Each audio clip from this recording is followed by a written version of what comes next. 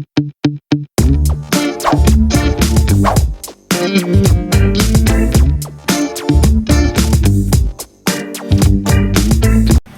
yun, check, what's up sa inyo? Welcome na naman sa Waldo naman, kasi naman, Waldo naman. May aso, may pusa, paano makakapag-vlog ng maayos? So yun, check, disclaimer lang, hindi ako mekaniko. Yung mga pinaggagawa ko dito sa motor ay galing lang din sa internet ng mga nasagap ko. At ganun din kasi yung naging problema nung sa akin, kaya ite-testing natin. Tsaka tawag dito, gusto kong pag-eksperimentohan tong motor na to. Unang-una para makatipid ako, matesting ko kung kaya kong patinuin tong motor na to kahit matino naman. So yun, back to the video. Hindi naman makapag-vlog ng maayos at napakaingay. At yun nga, diba, lagi kong sinasabi dun sa mga ibang vlog ko. Kung hindi nyo pa napapanood, i-subscribe nyo na ako dito sa YouTube channel ko, tsaka Facebook page ko. At yun nga, yung lumabas na yung langis sa may tawag dito, sa may airbox, kasi nga yung sa may, hindi ko alam kung ano tawag doon, sa may head gasket na yung cup niya. Basta yung nilalabas ng hangin doon sa breather hose papunta doon sa may airbox. Napunta na doon yung yung langis, kaya papalitan natin ng gasket, tsaka papalitan na rin natin ng air filter, tsaka tawag dito na basta yung goma yung sa head gasket cap. Ito yung nabili ko eh.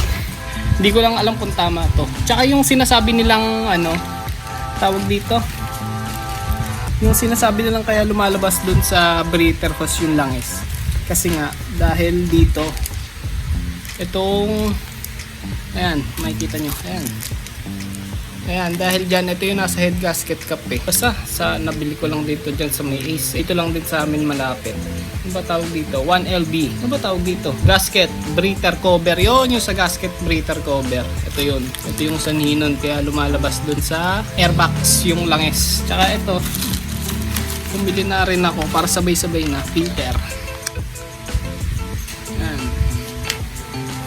Ako, magkano ba ito? Nakalimutan ko magkano eh. MIUI 125 FI. Parehas lang pala nung sa to. Mali ata yung nabili ko.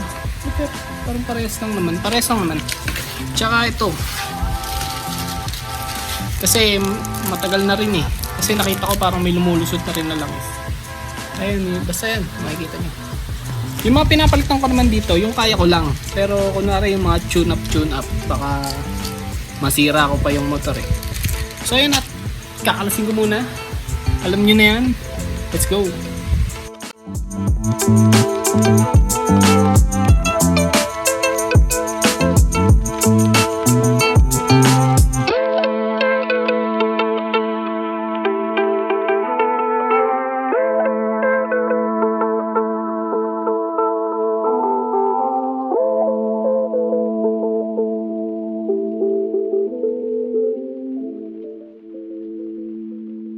So yun, natakalas ko na. At kung makikita nyo, medyo luminis-linis na to eh. Kasi nga nung nag-general cleaning ako nung isang araw ata. Isang araw? Oo, tama, nung isang araw. Nasa tawag dito, binidyohan ko din pala yun, nasa YouTube channel ko. I-check nyo na lang ako, kaya ilalagay ko sa description nito. Ayan, kung makikita nyo to. Ayan, hindi ganyan yung itsura niyan. Bali, naglabasan na lahat nung langis. Nandyan, nakakalat dyan. Ayan, kung makikita nyo, ayan yung picture. Tsaka tawag dito. Nababasa ko din kasi dun sa mga Mio MXI 125 na group. Kaya nga daw lumalabas sa airbox yung langis dumadaan dun sa breather hose. Dahil nga, ang luma na yung ganito, yung gasket. Yung gasket breather cover. Ayan, sana gumana. So yun, kakalasin ko muna rin naman para mabilis-bilis na rin. Tsaka baka maging short video lang din naman to eh. Let's go! Bali, wait lang pala para matanggal nyo tong gasket cap na to. Basta gasket cap, head cap. Ito yung tornilyo na to. Ayan, yung sa may airbox to eh. Tapos, makikita nyo ito. Itong dalawang tornilyo na to. Tapos ito. Tapos yan. Yan, pwede nyo, at saka tatlo pala, itong tatlo, mahuhugot nyo na yan, at makikita na rin natin yung loob. Ayun, hindi pa nalinis yung iba, ito, Tignan nyo. Pero hindi na tumatagas yan. Pero ewan natin pagka binuksan uli natin to. Kung anong ano. Tsaka ito pala. Para matanggal nyo yung sa ano. Yung sa airbox na takip. Ayan, madami. 1, 2, 3, 4, 5, 6,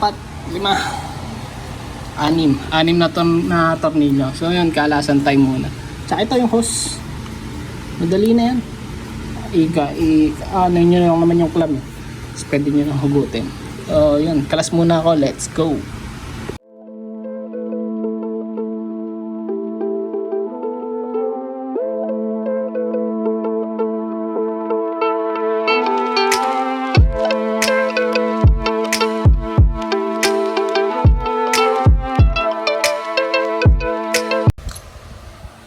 So yun, bali hahatakin na natin. Natanggalan natin yung tornilyo, yung dalawang 8 dito, tapos ito 3 G's. Ito. Ayan, sana nakikita nyo. Hirap ang video eh. So mag-isa lang kasi ko eh. Ayun. Let's go. All stock sir. Aba. Goods ah. Hindi madumi ah. Pero kailangan na rin siguro ng tune-up yan. Di ba? Bali dyan, ito, tatanggalin natin to. Alam ko 8. Apat na 8. Tapos papalitan natin yung gasket. Tsaka itong gasket na to, yun. Medyo ano na siya. Tingin ko pampalit na rin kasi ayun. Ayun. Ang lutungans na. Ayun. Pero goods pa ata. Hindi ko alam ah. Pero magpalit na tayo eh. Meron na tayong binili. Tayo balik, kakalasin ko lang to. Papakita ko sa inyo yung gasket na nasa likod na itong bakal na to. So yun, let's go. So ayun, bali natanggal ko na. Pero hindi ko alam kung makikita nyo. Ayan. Ito yan. Ayan. Ayan yung gasket oh. Ayan o, makikita nyo. Ang lutong na. Tsaka naka ano siya. Ayan o, makikita nyo. Nakalobo na. Kaya siguro sumusuot na yung langis. Tapos pumapasok na dun sa ano. Ayan o, ito yung makikita nyo. Ayun. Ayan o. Ayan o. Napakalutong. Lumutong na. Oh, pero hindi ko alam kung malutong to o ewan. Pero bali, lilinisin ko lang to. Ayan, gamit ng gasolina. Tapos kabit na natin agad yung bagong gasket. Tapos ito, linisin natin to. Kutkut tayo ng konti. Tapos kailangan malinis na malinis. Kasi sa makina to eh. So ayan, lilinisin ko lang. Tapos balik na tayo sa mga iba pang papalitan na gasket. Tsaka ito pala. Goods pa naman siya pero hindi na siguro pang matagalan to. Kaya palitan na lang din natin ng bago. Nakabili na rin naman ako. Mura lang to. Mga nasa 83 lang ata to. Ayun, good pa naman pero palitan na. So yun, let's go. So yun, at nalinis na natin tong sa ano ba to? Head cap? Breather cap? Basta yun. Ayan, nalinis na natin yan. Hindi ko na kasi makutkot tong iba eh. Pero comment kayo kung okay lang yan. Tapos ito na yung bagong breather gasket. Tapos bumili na rin tayo nito kahit na goods pa naman to. Kahit na okay pa naman pero siguro kailangan na rin palitan kasi nakikita ko medyo na siya. Tigas na. Tsaka ito yung nangyari dun sa dating breather gasket. Kita nyo ba? Ayan, may kortina. Pamay na lang. Oh, lumutong na. Malutong na siya. Malutong na. So, yun na. Ikakabit lang ng matignan ko kung tawag dito kung gagana pa. Kasi ibang level na tong ginagawa ko na to. Magbubukas na ako ng parts ng makina. So, yun. Kakabit ko na lang muna.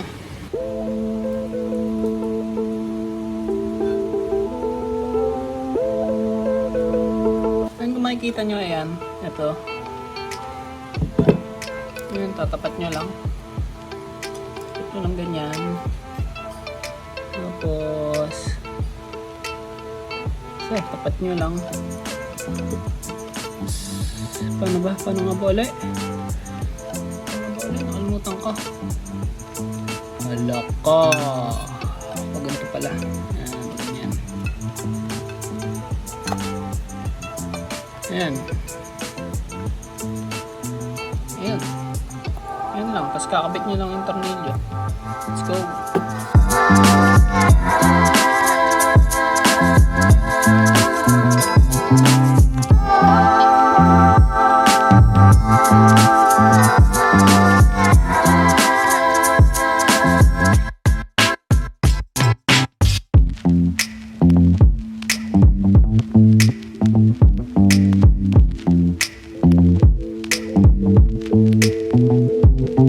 So yan, kabit ko na, nalinis ko na rin ng konti. Tapos kakabit naman natin yung gasket dito sa gilid.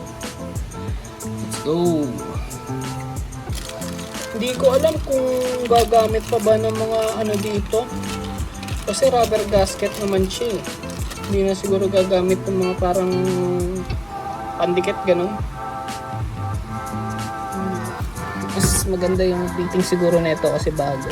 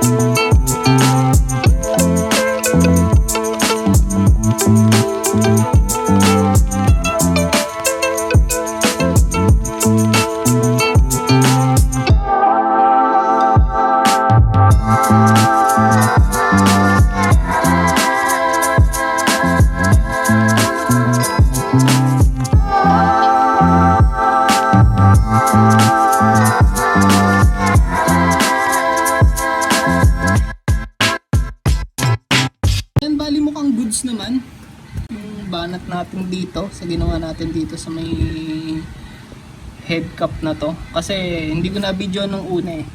Pagka binobomba ko siya ng konti, may lumalabas na konting-konti lang naman langis. Nung luma pa yung ano, yung gasket, breather gasket, may lumalabas dyan na langis. Ngayon siguro titignan-tignan ko muna. Tapos dito muna tayo sa may filter. Linis to. Ayun oh. Ano langis oh. Nalilinisin ko lang yan, tapos kakabit na natin yung air filter. Let's go. Nalinis ko na siya ng saktuhan lang naman. Ayan, kung makikita nyo, nalinis ko na rin. Tapos ito yung bago nating air filter. Siguro 6 months ko na ulit bago palitan to. Kung goods na yung nilagay nating gasket dito. Ayan o, dyan lumalabas yun o. Dito sa breather. So yun, time lapse na lang siguro to kasi marami akong ikakabit eh. Let's go.